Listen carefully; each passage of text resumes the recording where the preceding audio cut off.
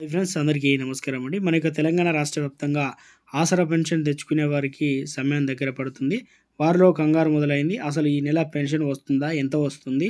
So, ఏమైనా డాక్యుమెంట్లు ఏమైనా తీసుకుపోవాల్సి అయితే ఉంటుందా? ఏమైనా కొత్త కార్లు ఏమైనా మంజూరు చేస్తారా?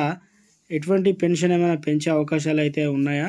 కాంగ్రెస్ ప్రభుత్వం అయితే మొదటి నెల పెన్షన్ అయితే అందుబాటులో రాబోతుంది కాబట్టి 6 గ్యారెంటీలో భాగంగా మరి కీలకంగా తీసుకొని కాంగ్రెస్ అయితే గెలిచింది కాబట్టి మొత్తానికి ఆ వివరాలనేది వీడియో రూపంలో తెలుసుకుందామండి.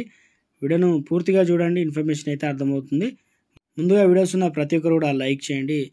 కొత్తగా ఛానల్ చూస్తున్నట్లయితే దయచేసి వీడియో కింద సబ్స్క్రైబ్ బటన్ ఉంటే దానిపైన నొక్కండి. సబ్స్క్రైబ్ అవుతారు. గంట వస్తుంది. గంట పైన నొక్కి ఆల్ నోటిఫికేషన్ ఆన్ చేసి పెట్టుకోండి. ఇలా చేయడం వల్ల ప్రతి వీడియో కూడా మిస్ అవ్వకుండా మీ ఫోన్లో నోటిఫికేషన్ రూపంలో తెలుసుకుంటారు. తెలిసిన వారికి బంధుమిత్రులందరికీ వీడియోను షేర్ చేయండి. ఇక లేట్ చేయకుండా వివరాలకు వచ్చినట్లయితే మన యొక్క తెలంగాణ రాష్ట్ర వ్యాప్తంగా ఆసరా పెన్షన్లు గతం నెలలో చూసుకున్నట్లయితే దాదాపు 20 నుంచి దాదాపు 19, 20, 21 తేదీల్లోనే ప్రారంభం కావడం జరిగింది. ఇప్పటికీ 21 తారీఖు అయితే వస్తుంది. ఇక 2-3 రోజుల్లో ఆసరా పెన్షన్లకు సంబంధించి నిధులైతే ఆయా జిల్లాలకు ఇప్పటికే బదిలీ అయితే అయినట్లు ఆదేశాలు అయితే అందాయన్నమాట.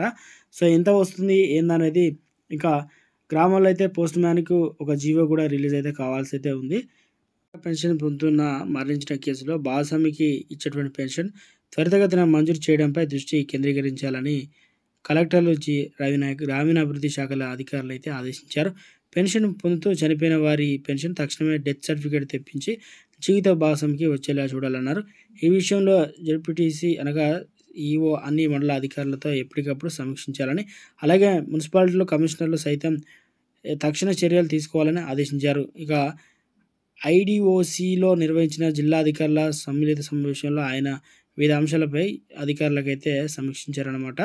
మొత్తానికి తెలంగాణలో ఇప్పటికే గత ప్రభుత్వంలో ఏదైతే రూల్స్ ఉన్నాయో అవే రూల్స్ అయితే ఉండబోతున్నాయి.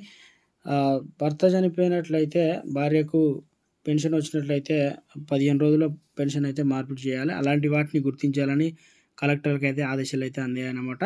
వాటిపైన స్పీడప్ అయితే చేస్తున్నారు. ఇక గ్రామాల్లో అయితే పంచాయతీ కార్యదర్శి ఆ డీటెయిల్స్ అయితే తీసుకుంటున్నారు కాబట్టి ఒకసారి ఇచ్చేయండి.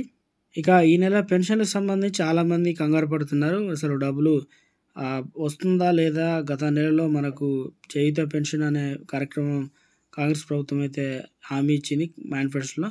అవి మిగతా వారికి 2016 నుంచి 4000 పెంచుకుందామన్నారు. ఇక వికలాంగులకైతే 6000 రూపాయలకి అయితే పెంచుకుందామన్నారు. ఇక బీఆర్ఎస్ ప్రభుత్వం ఏర్పడక ముందే నెలకింత పెంచుకుందామని చెప్పేసి ఒక క్లారిటీగా అయితే చెప్పారు. మరి మొత్తానికి ఈ నెల ఎంత పెన్షన్ ఇవ్వవచ్చు అనేది చూసుకున్నట్లయితే దాదాపు 90% అయితే గత నెలలో ఏదైతే పెన్షన్ 2000 రూపాయలు తీసుకున్నారో అదే విధంగా ఇస్తారు. ఈ నెలలో అయితే వికలాంగులకు కూడా 4000 రూపాయలు అయితే అందిస్తారన్నమాట. సో, ఇలా చాలా వరకు ఇవే ఇచ్చే అవకాశాలు అయితే ఉన్నాయి. విశ్వసనీయ సమాచారం.